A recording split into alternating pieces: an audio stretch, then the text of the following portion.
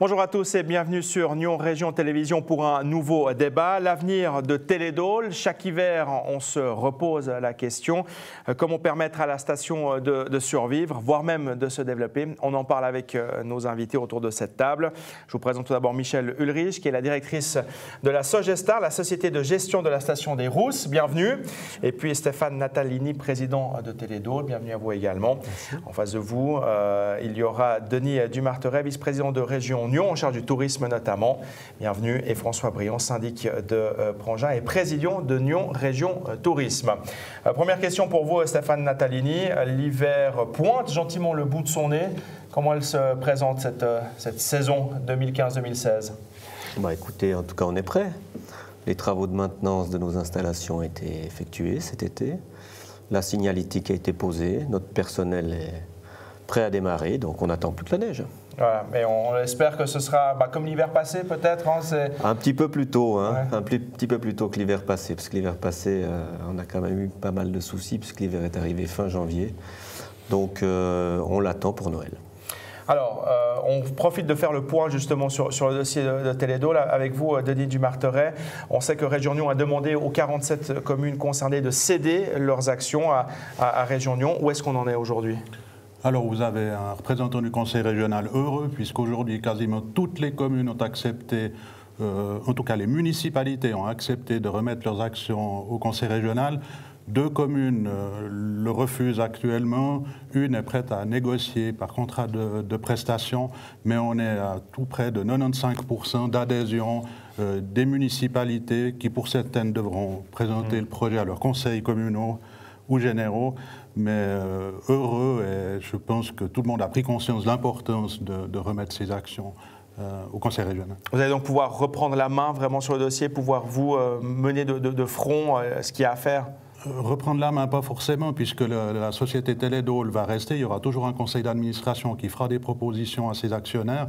N'oublions pas aussi les actionnaires privés, les communes qui ne feront pas partie, qui n'auront pas remis leurs actions, auront encore leurs choses, leur mot à dire au travers des assemblées.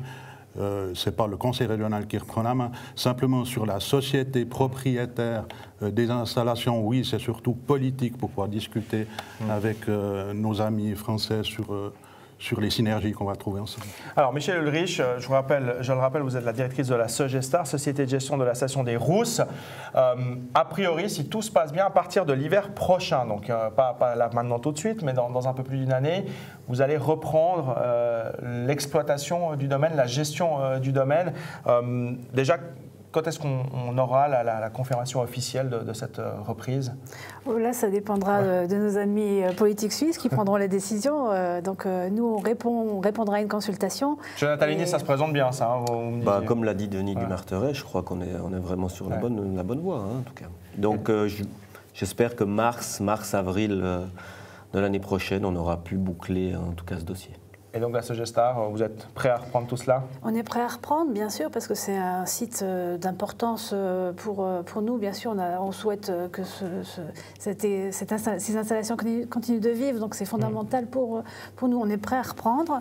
Après, c'est vrai qu'on évoque actuellement les conditions d'une reprise, c'est-à-dire que pour que ce site soit viable aujourd'hui, on sait qu'il faut arriver à augmenter la viabilité. Donc ça passe par une augmentation des recettes et donc un nombre de jours plus conséquents, donc des travaux de piste dont on parle depuis longtemps qui seront à réaliser, à faire.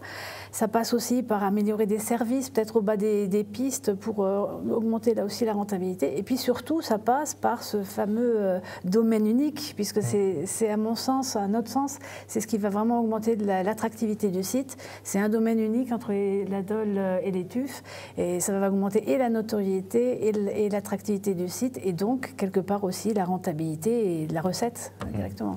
Est-ce qu'il y a des synergies qui sont aussi envisageables avec les Rousses, puisque vous gérez déjà ce domaine-là? On a la chance, quelque part, je dirais, d'avoir vécu les difficultés de Télédôle récentes. On les a vécues il y a 15 ans en arrière. Et donc, on s'est restructuré au sein de la station pour regrouper l'ensemble des moyens de la station. Du coup, au sein même de la société qui gère les remontées mécaniques, on a un service marketing très développé. parce qu'on a intégré l'Office du tourisme, donc avec un service commercial, un service marketing. Et ça, ce sont des forces qu'on peut mettre à disposition de Télédol pour développer son attractivité. Le tourisme, François Briand, puisque vous êêtes le président de Nyon Région Tourisme, c'est extrêmement important pour la région. Hein. J'ai envie de dire, un des pôles d'attraction que Télédol. Donc c'est pour vous vital. Oui, je crois que dans l'offre touristique de la région, le domaine skiable de la Dôle est incontournable et à certains égards absolument unique. Et puis en termes de marketing, lorsqu'on a une position d'unicité, c'est un avantage et un atout que l'on a par rapport à nos concurrents.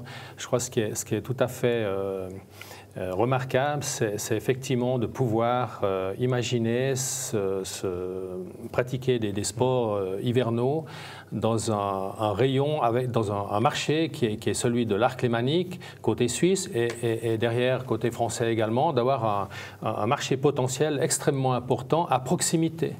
Je crois que ça, c'est encore une fois relativement unique. Il y a peu de stations de ski qui peuvent se targuer d'avoir un bassin de population aussi proche. Alors, il y a des villes en Valais, mais elles n'ont pas ce potentiel qu'on peut estimer à 1 million de sportifs potentiels capables de s'adonner aux activités dans le domaine de la Dôle.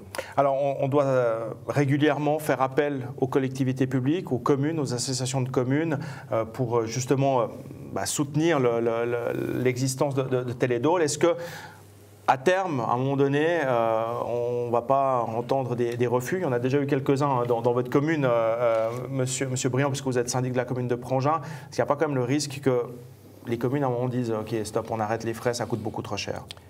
Oui, je crois que c'est un risque, effectivement. On ne peut pas indéfiniment compter sur les communes, notamment, qui ont quelquefois le sentiment d'être les seules sollicitées pour subvenir à des défaillances financières de telle ou telle instance extérieure. Mais cela dit, je crois qu'il faut relativiser la commune de Prangin qui effectivement a réagi, s'est posé un certain nombre de questions lors de la dernière sollicitation sur des montants qui étaient somme toute relativement faibles, a toujours soutenu depuis une dizaine d'années, que ce soit au moment des investissements pour la construction du télésiège, pour l'acquisition de nouvelles actions quand il y a une recapitalisation de Télédol, la commune de Prangin a toujours répondu présente. Et là, effectivement, il y a eu une réflexion intéressante et je crois qu'il faut en tirer des conclusions sur, effectivement, une certaine lassitude quant à une systématique d'avoir recours aux instances publiques pour financer des projets ou simplement essayer de justifier une exploitation. Au-delà, on s'est aussi posé la question du réchauffement climatique qui met en cause la pérennité de certaines stations à moyenne et basse altitude et peut-être trouver des alternatives pour compléter l'offre strictement du ski, par exemple.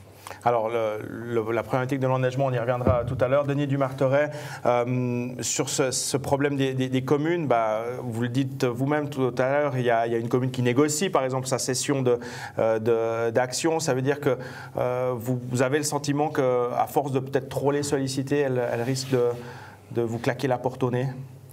Non, je ne pense pas. Maintenant, ce qu'on doit faire, c'est performer l'exploitation du domaine, revenir une société d'investissement touristique au niveau de la région et des communes et déléguer par contrat de prestation à Sogestar l'exploitation. Les communes, il faut bien se dire que ce n'est pas parce qu'on va remettre ce contrat d'exploitation qu'on va du jour au lendemain faire du bénéfice sur le massif.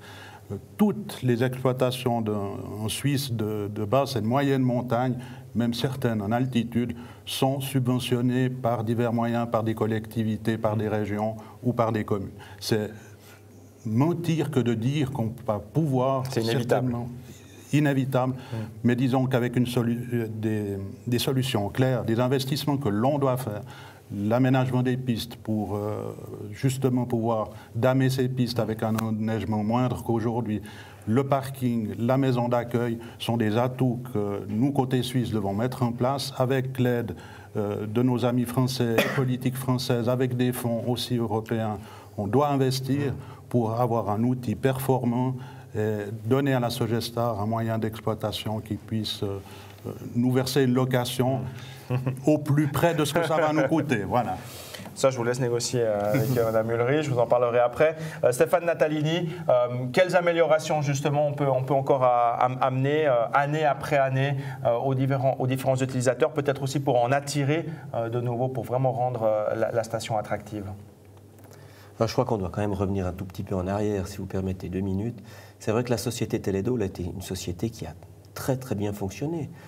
Pendant des années, elle a eu un taux de couverture qui a quasiment été tout le temps de 100%. Quand il arrive une casse où il y a un enneigement qui est difficile, forcément que là, on a des problèmes et on a sollicité les communes. Parce que Teledol n'a pas été soutenu pour son exploitation par les collectivités publiques. Il y a eu 2010, il y a eu une casse, les communes étaient déjà intervenues. Mais il y a eu l'année passée, les communes sont de nouveau arrivées à cette solution de devoir soutenir Teledol.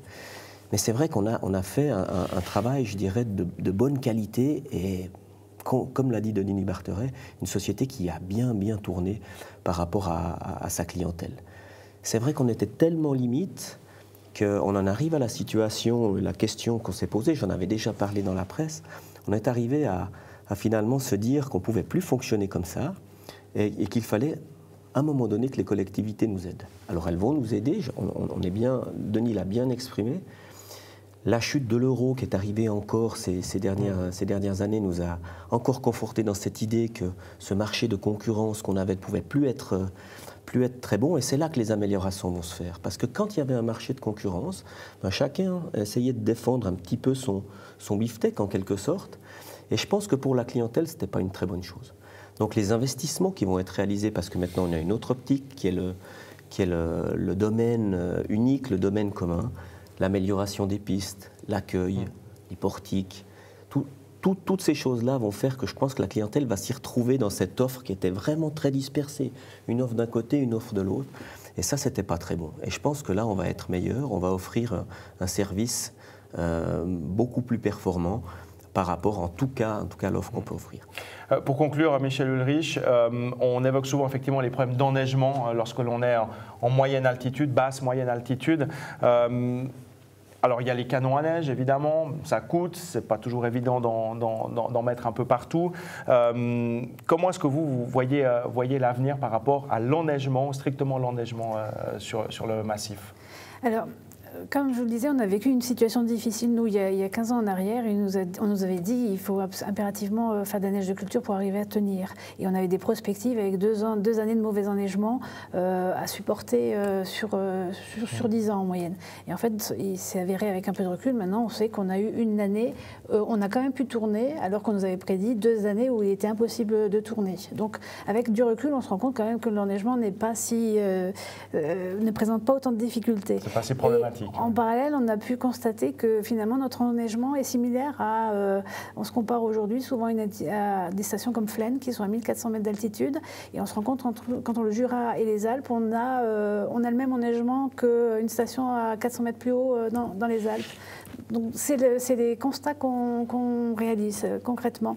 Et autre point aussi, ce qui est clair aujourd'hui, c'est qu'en termes les études ne sont pas tout à fait précises sur on sait qu'on va vers du réchauffement, mais par contre, sur les conséquences sur les précipitations ne sont pas claires à ce jour.